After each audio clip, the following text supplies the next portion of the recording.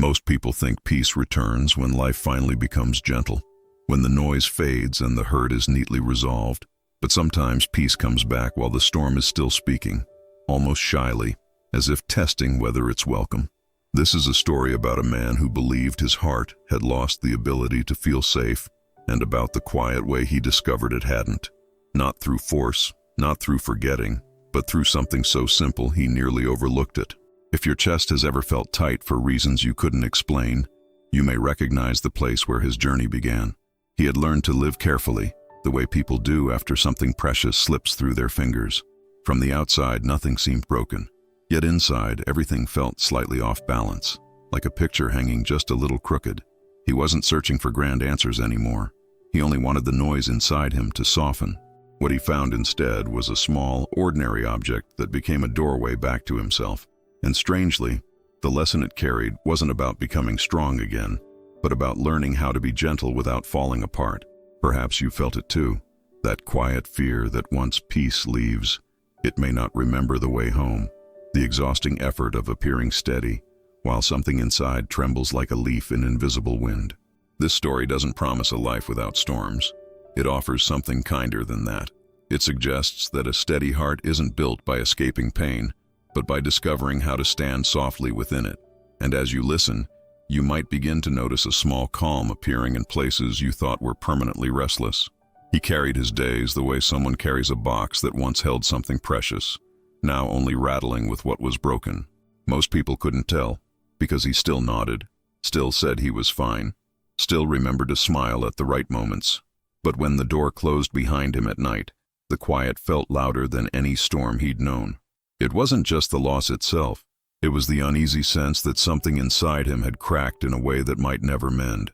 And sometimes, while staring at the ceiling, he wondered if peace was one of those things that, once gone, simply didn't find its way back. He had grown skilled at looking steady, the way a lake can look calm while currents pull fiercely underneath. Friends praised his strength, not noticing how heavy the armor had become against his ribs. Even small decisions felt oddly exhausting, as if his heart had to limp across the room before his body could follow. There was a quiet fear that if he stopped pretending even for a moment, everything might spill out at once. So he kept going, carefully, like someone walking on a floor he no longer trusted to hold him. On his kitchen shelf sat a small chipped cup he couldn't bring himself to throw away. It had cracked the day everything else did, a thin line running down its side like a frozen tear. He still used it for tea, though he held it cautiously, half expecting it to give up in his hands. Some evenings he caught himself staring at it, thinking how strange it was that fragile things could keep existing at all. The cup didn't pretend to be whole, and somehow that honesty unsettled him more than the break itself. Exhaustion settled into him in quiet ways, forgetting what he'd walked into a room for, rereading the same sentence 3 times. He wasn't weak, not really. He was just tired of bracing for pain that no one else could see coming. Criticism lingered longer than it used to, careless words echoing like footsteps in an empty hall. Even kindness made him uneasy, as if accepting it might reopen something he'd carefully sealed. He began to wonder whether a heart could learn to feel safe again, or if safety was only for people who hadn't been shaken. One evening, as rain tapped softly against the window, he held the chipped cup with both hands just to steady himself. The warmth seeped into his palms, and for a brief second his breathing slowed without permission. It surprised him that such a small, ordinary moment could soften the sharp edge inside his chest. He didn't call it hope. That word still felt too big, too risky to hold. But somewhere between one breath and the next, a quiet question appeared, as if inviting him to follow it. In the days that followed, he kept returning to that small moment with the cup, the way one returns to a place that felt unexpectedly gentle. He noticed how he hadn't tried to fix anything then, hadn't forced himself to be brave or composed. All he had done was sit, breathe, and let the warmth reach him without argument. It puzzled him, honestly, because he'd always believed peace came only after pain was solved, explained, or neatly put away. Yet this had felt different, as if the storm had simply been allowed to pass through without being chased out. He began to suspect that maybe a steady heart wasn't built by pushing sorrow aside, but by learning how to hold it without flinching, like carrying that chipped cup, not hiding the crack, not squeezing it tight, just supporting it carefully. Some mornings he would pause before getting out of bed, placing a hand on his chest as if checking whether the pieces were still there. The gesture didn't repair anything. Not exactly. But it stopped the quiet panic that used to rush in first. It was such a small kindness that he almost laughed at himself for needing it, though the laughter felt warm rather than sharp. Patience, he discovered, wasn't passive at all. It was more like sitting beside a frightened animal until it realized you meant no harm. His thoughts still wandered into dark places, of course, replaying disappointment and harsh words he wished he could forget. But instead of wrestling them, he tried letting them drift by, the way clouds pass when no one is pointing at them. Some stayed longer than he liked, stubborn and heavy, though even those eventually thinned at the edges. He started to see that healing might be less like mending a break and more like learning how to live gently around it. The chipped cup became a quiet teacher in this strange new practice. When he washed it, he noticed how carefully his fingers traced the cracked line, instinctively protecting the weak spot. It occurred to him that he had never treated his own heart with the same tenderness. He'd demanded strength from it, silence from it, obedience, everything except compassion. No wonder it trembled, he thought, setting the cup down as if it were something alive. So he stopped waiting for a grand turning point, some dramatic sign that he was finally better. Instead, he allowed the process to be slow, almost invisible, like dawn arriving while everyone is still asleep. There were setbacks, awkward days when old fears returned and sat beside him uninvited. But even then, he noticed he could breathe through them now, as though an unseen hand had loosened the knot inside his chest. And quietly, without announcement, he began to sense that this path might lead somewhere he hadn't dared imagine. Before all this, he had slowly withdrawn from the world in ways that were easy to miss. He still showed up where he was expected, still answered messages with polite, careful words. But the spark that once made ordinary moments feel light had gone dim, like a room left with only one lamp on. Laughter from others sounded distant, as if reaching him through a closed window. It wasn't that he didn't want to feel alive again. He just didn't know how without risking another fracture. Grocery stores became obstacle courses of memories, every familiar aisle holding echoes of who he used to be. He moved through them quietly, eyes lowered, hoping not to run into anyone who might ask how he was doing. Even choosing fruit felt strangely complicated, as though the smallest decision might reveal how unsteady he felt. Sometimes he left with nothing, telling himself he'd come back later, though he rarely did. It was easier to live around life than to step fully into it again. At home, the chipped cup waited faithfully on the shelf, unchanged, uncomplicated in its brokenness. He found himself talking to it once, half smiling at the absurdity, as if it were an old companion who understood. "You're still here," he murmured, tracing the crack with his thumb. The word surprised him, carrying a longing he hadn't meant to reveal. Part of him wanted proof that something fragile could remain without shattering further. Afternoons stretched the longest, filled with the kind of silence that presses gently but persistently. He would sit by the window watching people pass below, wondering how they carried their lives so easily. A sudden memory could still knock the air from his lungs. A harsh sentence, a closed door, a look of indifference. In those moments, his body reacted before his mind could reason, shoulders tightening as if bracing for impact. He feared that reopening himself to the world would invite those echoes back in, louder than before. Yet beneath the fear was a quieter longing, almost childlike in its simplicity. He missed recognizing himself in the mirror, missed the ease of breathing without checking for pain first. Sometimes he imagined waking up one morning and finding the heaviness gone, as if it had only been a dream.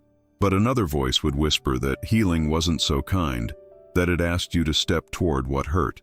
And so he lingered in that in-between place, not moving forward, not fully retreating, unaware that something, or someone, was already beginning to draw closer. The chipped cup became more than a cup as the days passed. It was the one thing that didn't ask him to explain himself. Its thin crack caught the light each morning, a quiet reminder that damage could exist without everything falling apart. He started carrying it from room to room, not even noticing he was doing it at first. There was comfort in its weight, in the way it warmed slowly in his hands before offering any heat back. It felt honest, somehow, in a world where he had grown tired of pretending. Sometimes he would hold it too tightly, especially when memories surged without warning. The porcelain would press into his palms, grounding him before his thoughts could spiral too far. Once, after reading a careless message that reopened an old wound, he sat on the floor and breathed into the cup as if it were a small anchor. The absurdity of it made him huff a quiet laugh, though his eyes were still wet. Strange, he thought, how a broken thing could steady someone who felt just as fragile. He stopped using his other mugs entirely, leaving them untouched in the cabinet like a past life he wasn't ready to revisit. The chipped one alone seemed to understand his cautious movements, his hesitation before reaching for anything new. Even washing it became a careful ritual, slow circles of his thumb along the crack, as if reassuring both of them. He noticed that the more gently he handled it, the less he feared it would break further. It was a lesson he hadn't yet dared to apply to himself, though it lingered at the edge of his awareness. One afternoon, the cup slipped slightly in his grasp, knocking softly against the sink. His heart jumped as if something living had almost been harmed. He held it afterward with both hands, whispering an apology under his breath before catching himself. The tenderness startled him, not because it was new, but because it had been missing for so long. Maybe, he wondered, fragility wasn't something to hide, but something that asked to be held differently. That evening, he placed the cup by the window, watching the fading light gather inside it. For a moment, the crack glowed faintly, turning what looked like damage into something almost luminous. He tilted his head, unsure whether it was just the angle of the sun or something gentler at work. The sight stirred a quiet curiosity he hadn't felt in months, like the first breeze after a long stillness.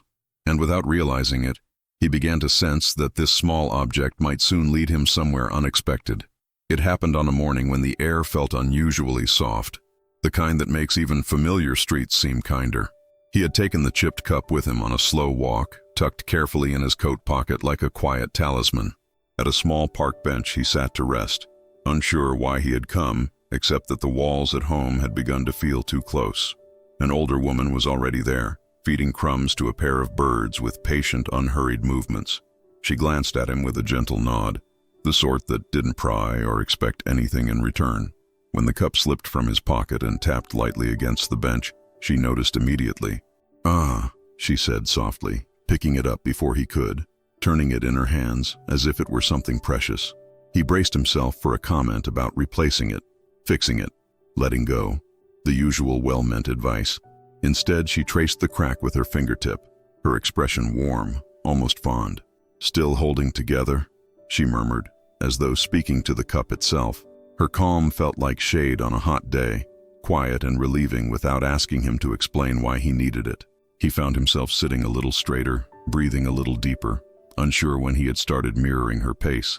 She handed the cup back carefully, not avoiding the damaged side, not pretending it wasn't there. The simple gesture unsettled him more than any lecture could have. No one had handled his broken things with such ease before. They spoke only in small pieces at first, about the birds, the weather, the way mornings sometimes arrive too early. Yet something in her voice carried a steadiness that made silence feel safe instead of awkward. When he admitted, almost apologetically, that he carried the cup everywhere, she didn't smile or question it. "Some things stay with us because they're telling the truth," she said, brushing crumbs from her palms. He wasn't sure what truth she meant, but the word settled gently inside him. As they stood to leave, she touched the cup once more, her hands lingering with unexpected tenderness. "Objects break," she said quietly, "but they don't forget how to hold warmth." The sentence followed him long after she walked away, echoing in a place he thought had gone silent. He turned the cup in his hands, noticing how steady it felt despite the flaw running through it. And for the first time, he wondered what she might have seen that he had not yet learned to notice. Many of the stories you hear here aren't just stories. They reflect the invisible weight you may be carrying every day. If you're tired of holding pain, responsibility, and guilt that were never yours, I created an ebook called The Weight of Stones That Are Not Yours and More Too Bonus for you. It's for those who want to let go, set boundaries, and live with more lightness.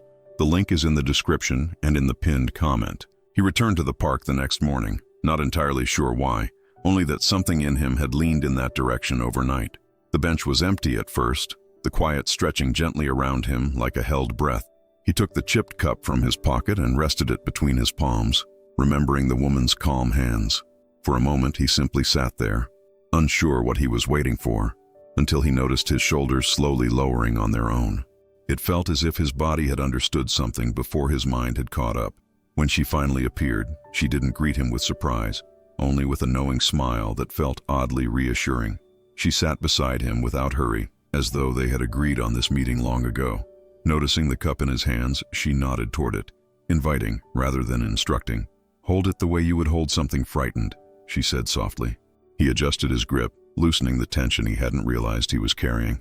"Strength isn't squeezing," she continued, her voice almost blending with the rustle of leaves. "Sometimes it's letting the heart rest so it remembers it doesn't have to defend itself." She closed her eyes briefly, breathing in a slow, steady rhythm that seemed to ripple outward. He hesitated, then followed, inhaling until his chest ached slightly, exhaling as if setting something down. Nothing dramatic happened, yet the air inside him felt less crowded. They sat like that for a while, sharing a silence that no longer felt heavy or uncertain. He noticed how the cup warmed gradually, the heat spreading through his fingers into his wrists. A thought drifted through him, that peace might grow in the spaces where he stopped arguing with his pain. He had spent so long trying to outrun the ache that he had forgotten how to stand still beside it. The realization didn't sting. It felt more like a door opening quietly in another room. When he opened his eyes, the woman was watching him with a softness that carried no expectation. "You see," she said, almost in a whisper. "Hearts settle when they're allowed to be held, not pushed." He looked down at the cup, noticing how steady his hands had become without effort. It wasn't that the crack had disappeared. It was that he no longer feared it would widen at any moment. And somewhere deep inside, a new kind of stillness began to form, as if waiting to see what he would do next. After that morning, stillness began to slip quietly into his days, like sunlight finding its way through half-open curtains. He didn't force it or schedule it. He simply paused whenever he remembered, even if only for a breath or two. At crosswalks, in doorways, while waiting for the kettle to hum, small pockets of rest appeared where tension used to live. Sometimes he placed a hand over his chest, not dramatically, just a brief check-in, as if saying, "I'm still here." To his surprise, the world didn't collapse when he stopped bracing for it. His reactions softened in ways that would have gone unnoticed by anyone else. A sharp comment from a stranger still stung, but it no longer lingered like a bruise pressed repeatedly. He found himself exhaling before replying, giving his words time to arrive gently instead of defensively. Even his thoughts grew quieter, less like a courtroom and more like a room where someone had lowered the lights. He began to trust that calm didn't have to be earned. Sometimes it just needed permission. The chipped cup seemed different too, though he couldn't explain how. Its weight felt steadier, its warmth more reassuring, as if it were responding to something changing in him. One evening he noticed the crack no longer drew his attention first. It was simply part of the whole. He smiled at that, realizing he had started to see himself the same way. Not fixed, not broken, just continuing. It was a modest kind of hope, the kind that doesn't announce itself but quietly stays. He even caught himself humming once while washing the cup, stopping mid-note in mild disbelief. The sound had come from somewhere unguarded, a place he thought had closed indefinitely. Instead of questioning it, he let the tune finish, feeling a warmth spread through his chest. Healing, he realized, didn't always arrive with clarity. Sometimes it slipped in disguised as ordinary moments. And if he paid attention, those moments were beginning to gather. On a rainy afternoon, much like the one when everything had felt unbearable, he sat by the window again. The same steady tapping against the glass, the same muted sky, yet something inside him had shifted. He held the cup without needing it to steady him, simply appreciating the heat against his palms. For the first time, he sensed that peace wasn't returning all at once, but stitching itself quietly through his days. And as the rain softened, he wondered how this quiet strength might hold when life tested it again. The test came quietly, as such things often do, on an ordinary afternoon he hadn't prepared for. A familiar voice delivered words that once would have unraveled him. Sharp, dismissive, careless in that practiced way. He felt the old reflex stir, that tightening in his chest that used to pull him backward into silence. For a split second, his fingers searched for the chipped cup in his pocket, then paused. Instead of retreating, he let his breath slow, just as he had learned on the park bench. The moment stretched, fragile but not unbearable, like standing on a bridge that swayed yet held firm. He listened without interrupting, noticing how the sting rose and fell like a passing wave. When he finally spoke, his voice surprised him. Steady, not cold, simply clear. He didn't defend himself or apologize for existing. He just remained present, grounded in his own space. Something in the other person's expression softened, as if calm had quietly changed the shape of the exchange. Walking away afterward, he realized his hands were no longer trembling. The world looked the same. Same pavement, same distant traffic, same ordinary sky. Yet, he felt different inside it. He took the cup out and held it loosely, not for rescue, just in quiet companionship. For once, the past hadn't dictated the ending of the present moment. Confidence, he discovered, could grow from a single peaceful response. Later that evening, he replayed the scene, expecting regret to creep in as it used to. Instead, there was only a gentle pride, the kind that doesn't boast but settles warmly in the chest. He had stayed, breathed, answered, small actions that had once felt impossible. Even the memory of the hurt carried less weight, as though it had been set down carefully. He wondered how many moments in life might transform if met with the same quiet steadiness. As night deepened, he placed the chipped cup by his bedside rather than on the distant shelf. It no longer felt like a symbol of fragility alone, but of something resilient, learning to live with tenderness. He switched off the light, noticing how calm lingered even in the dark. There would be other tests, of course. Life had a way of circling back with old echoes. But this time, he sensed he would meet them not as someone bracing for impact, but as someone ready to stand gently in place. A few mornings later, he woke before the alarm, the quiet of dawn resting softly on the room. For once, his first instinct wasn't to rush or brace, but to remain still and notice the calm already there. He reached for the chipped cup on the bedside table, holding it against his chest as if greeting an old friend. The porcelain felt cool at first, then slowly warmed, mirroring the rhythm of his breathing. It occurred to him that peace might begin with something as small as this, a single, unhurried moment. He closed his eyes and placed one hand over his heart, the other still cradling the cup. Inhale, pause, exhale. Nothing complicated, just 3 slow breaths that seemed to clear a little space inside. A memory surfaced unexpectedly, a quiet afternoon from years ago when he had felt safe without thinking about it. He didn't chase the memory or analyze it. He simply let it rest there like a soft light. When he opened his eyes, the heaviness that usually greeted him in the morning had eased. Later that day, during a brief wave of unease, he repeated the same tiny ritual. Hand to heart, slow breath, a quiet reminder that steadiness had existed before and could exist again. No one around him noticed. To them, he was just pausing by a window for a second. But inside, something settled, like dust drifting gently back to the ground after being stirred. He smiled faintly, realizing that healing didn't always need privacy or perfect conditions. He even began to imagine others doing the same, unseen but connected in that quiet practice. A stranger on a bus, someone waiting in line, a person staring at the ceiling at night, all taking one soft breath. The thought made the world feel less lonely, as if invisible threads of calm were being woven everywhere. He wished he could tell them how simple it was, how the heart responded to the smallest kindness. Instead, he held the cup a little closer, trusting that such things somehow found their way. That evening, he set the cup back on the shelf, not out of necessity but with gentle gratitude. He knew now that the steadiness wasn't inside the object alone. It had been quietly growing within him. Still, the cup remained a reminder of how fragile beginnings could become quiet strengths. As he turned away, he wondered how many others were searching for the same calm without knowing where to start, and the thought lingered, like a doorway left slightly open for whoever might step through next. In time, he stopped measuring his days by whether they were free of pain. Storms still arrived, sometimes suddenly, rattling old windows he thought had been sealed, but he no longer mistook their presence for failure or weakness. He would pause, breathe, and stand where he was, letting the wind pass through without chasing it away. Peace, he realized, wasn't the silence after the storm. It was the calm that could exist within it. The chipped cup remained on the shelf, no longer carried everywhere, yet never forgotten. It had become less of a crutch and more of a quiet symbol, like a photograph of a place that changed you. Occasionally he would hold it again, not because he needed rescuing, but because he appreciated the journey it had witnessed. The crack still traced its delicate path down the porcelain, unchanged yet no longer alarming. He had learned that strength could include tenderness without losing its shape.